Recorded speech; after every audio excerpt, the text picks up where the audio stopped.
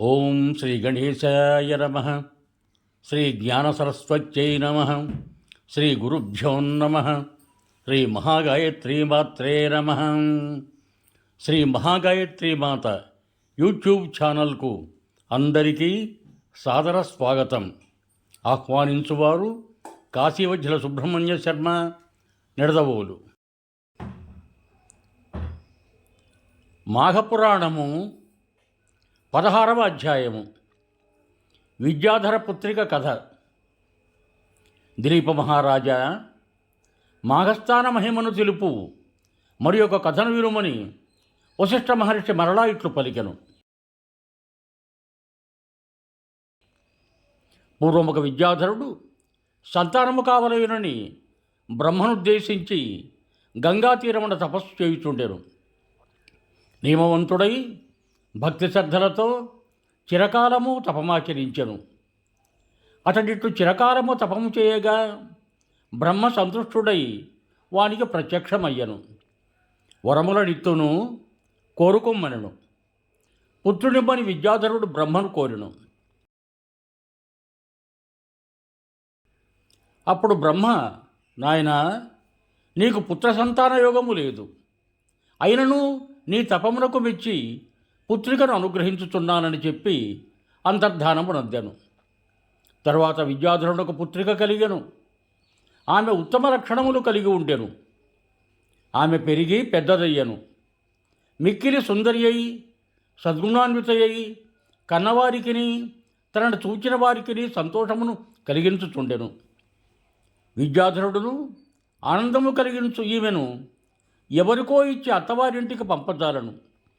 వివాహము చేసినను అల్లుని కూడా నా ఇంటనే ఉంచుకుందురని నిశ్చయించుకొనెను. ఒకనాడొక రాక్షసుడు ఆమెను చూచెను. ఆ రాక్షసుడు దేవీభక్తుడు. ఎన్నియో దివ్యశక్తులను సంపాదించెను. కోరిన రూపము ధరింపగల శక్తిని కూడా సంపాదించెను. ఆ రాక్షసుడు విద్యాధర పుత్రికను చూచినంతనే ఆమెపై మరులు కొనెను. ఆమెనెట్లయినా వివాహము చేసుకున్నవలని తలచెను. ఆ రాక్షసుడు మిక్కిలి శక్తివంతుడు. శివుని తపము చేయి మెప్పించి శివుని శూలమును కోరి పొందెను. శివుడును వానికి శూలమునిచ్చుచు, ఓయి, ఇది నీ శత్రువునకు అధీనమైనచో నీవు మరణించువని చెప్పి శూలమునిచ్చెను. వరగర్వితుడైన రాక్షసుడు, నన్ను మించిన శత్రుడెవడు, నా ఆయుధము శత్రువునెట్లు చేరును అని తలచి వరదాన గర్భితుడై ఎవ్వరినీ లెక్క చేయక ప్రవర్తించుచుండెను. అట్టి రాక్షసుడు విద్యాధర పుత్రికను చూచి, సుందరి, నన్ను వరించుమని అడిగాను. ఆమెయు నా తండ్రిని అడుగుమని చెప్పాను. రాక్షసుడు విద్యాధరుని వద్దకు పోయి వాని కుమార్తెనిచ్చి వివాహం చేయమని కోరును. విద్యాధరుడు వానికి తన కుమార్తెనిచ్చి వివాహము చేయుటకు తిరస్కరించెను. రాక్షసుడు చేయునది లేక మరలి వచ్చెను. విద్యాధర పుత్రికను హరించి సురక్షితముగా సముద్రము కిందనున్న తన ఇంట ఉంచెను. శుభముహూర్తమున ఆమె వివాహమాడదలిచెను. విద్యాధరుడును తన పుత్రిక ఏమైనదో అని విచారించుచుండెను. ఆ రాక్షసుడు బ్రహ్మ వద్దకు పోయి తన వివాహమునకు మంచి ముహూర్తము చెప్పమని అడుగగా బ్రహ్మ, 8 మాసముల తరువాత మంచి ముహూర్తమున్నది, అంతవరకు ఆగుమని చెప్పాను. రాక్షసుడు అందులకు అంగీకరించాను. అతడు విద్యాధర పుత్రికతో, 8 మాసముల తర్వాత శుభముహూర్తమున నిన్ను వివాహమాడుదును. ఈ లోపల నిన్నేమీ నేను బాధింపను. నీవు కోరిన వస్తువులను తెచ్చి ఇచ్చునడగా ఆమె ఏమీ మాట్లాడలేదు. రాక్షసుడు మరలా అడుగగా, నాకిప్పుడేమీ అక్కరలేదు. ప్రతి సోమవారము సాయంకాలమున శివుని దర్శించు వ్రతమున్నది. దర్శించి పూజించుటకు శివలింగం ఎక్కడున్నదో చూపుమని అడిగాను. ఆ రాక్షసుడు పాతాళములో ఉన్న హాటకేశ్వరుని చూపెను. విద్యాధర పుత్రికయు రాక్షసుని అనుమతితో శివదర్శనమునకై ప్రతి సోమవారము పాతాళమునకు పోయి వచ్చుచుండెను. ఒకనాడు ఆమె పాతాళలోకమునున్న హాటకేశ్వర స్వామిని దర్శింప వెళ్ళాను. అప్పుడచ్చటకు త్రిలోక సంచేరియగు నారద మహర్షియు హాటకేశ్వరుని దర్శింప వచ్చి ఆ విద్యాధర పుత్రికను చూచాను. ఆశ్చర్యపడి, అమ్మాయి, నీ విచ్చట ఉన్నావేమి అని అడిగాను. ఆమెయు తన వృత్తాంతమును చెప్పాను. తనను ఒక రాక్షసుడు సముద్రము కిందనున్న గృహమున నిర్బంధించననియూ చెప్పాను. నారదుడు ఆమె చెప్పినదంతయూ వినను. అమ్మాయి, భయపడకుము.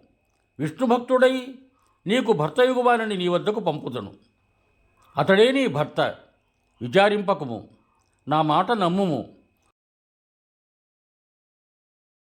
నీకొక ఉపాయమును చెప్పేదను, వినుము. ఇచ్చట శివునికెదురుగా మానసరోవరము కలదు. మాఘమాసమున నీవి సరస్సున స్థానమాచరింపుము.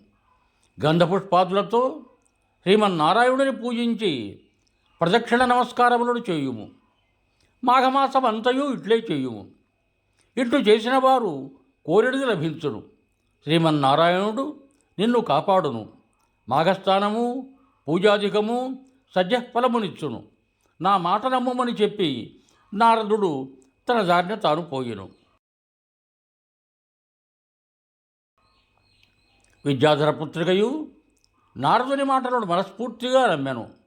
మాఘమాసమంతయు హాటకేశ్వరపురమందున్న మానసరోవరం వద్దకు వెళ్ళి స్నానము చేసి పూజామున్నగు వారిని చేయుచుండెను. నారదుని మాట యథార్థమగుటకై ఎదురుచూచుచుండెను. మాఘమాసమును వటముతో గడిపెను. నారదుడు లోక సంచారము చేయుచు సౌరాష్ట్ర దేశమును పాలించుచున్న శ్రీ మహావిష్ణుభక్తుడగు హరిద్రదుడును మహారాజును చూచెను. ఆ రాజు సర్వకాల సర్వావస్థల యందును శ్రీ మహావిష్ణువును స్మరించుచుండును. అందరి యందును శ్రీమన్నారాయణునే దర్శించును. వారిని హరి అని ఆహ్వానించును. విష్ణువా అని పిలుచును. గోవిందా అని మాటలాడును. శ్రీకృష్ణ అనుచు వస్తువును స్వీకరించును. దామోదర అనుచు భుజించును. కేశవ అనుచు నిద్రించును. నారసింహ అని స్మరించును. హృషికేశ అని మేల్కొనును. వామన అనుచు తిరుగును. ఏ పని చేయుచున్నను, ఎవరితో మాట్లాడుచున్నను ఏదో ఒక విధముగా శ్రీమన్నారాయణుని తలంచును. ఇట్లు విష్ణు భావనాతన్మయుడైన హరిద్రదుని వద్దకు నారద మహర్షి వెళ్ళారు. హరిద్రదుడును నారద మహర్షిని చూచి ఎదురు వచ్చి గౌరవించను. తగిన ఆశ్రమను కూర్చుండబెట్టి అనేక ఉపచారములతో పూజించాను.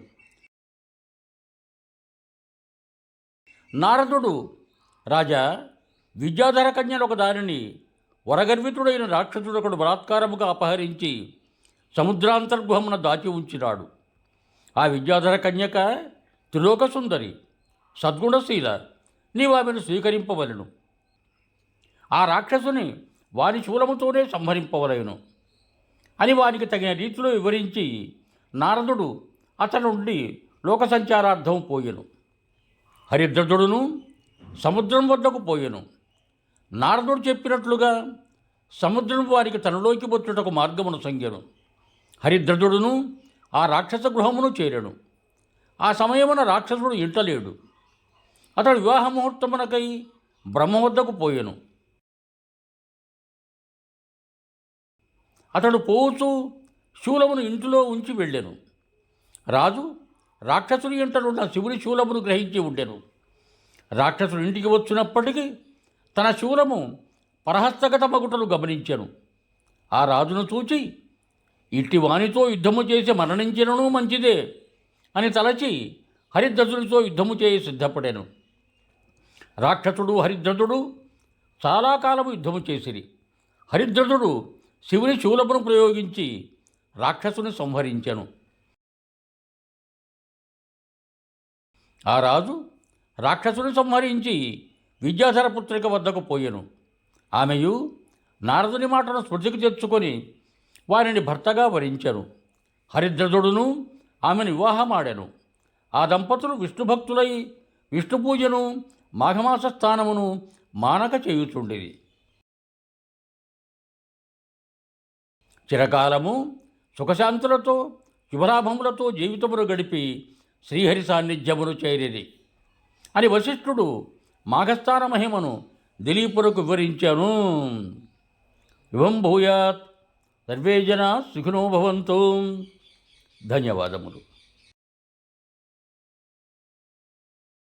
మీకు నా ఈ వీడియో నచ్చినట్టయితే దయచేసి ఒక లైక్ కొట్టి మీ బంధుమిత్రులకు కూడా నా ఈ వీడియోను షేర్ చేయగలరు.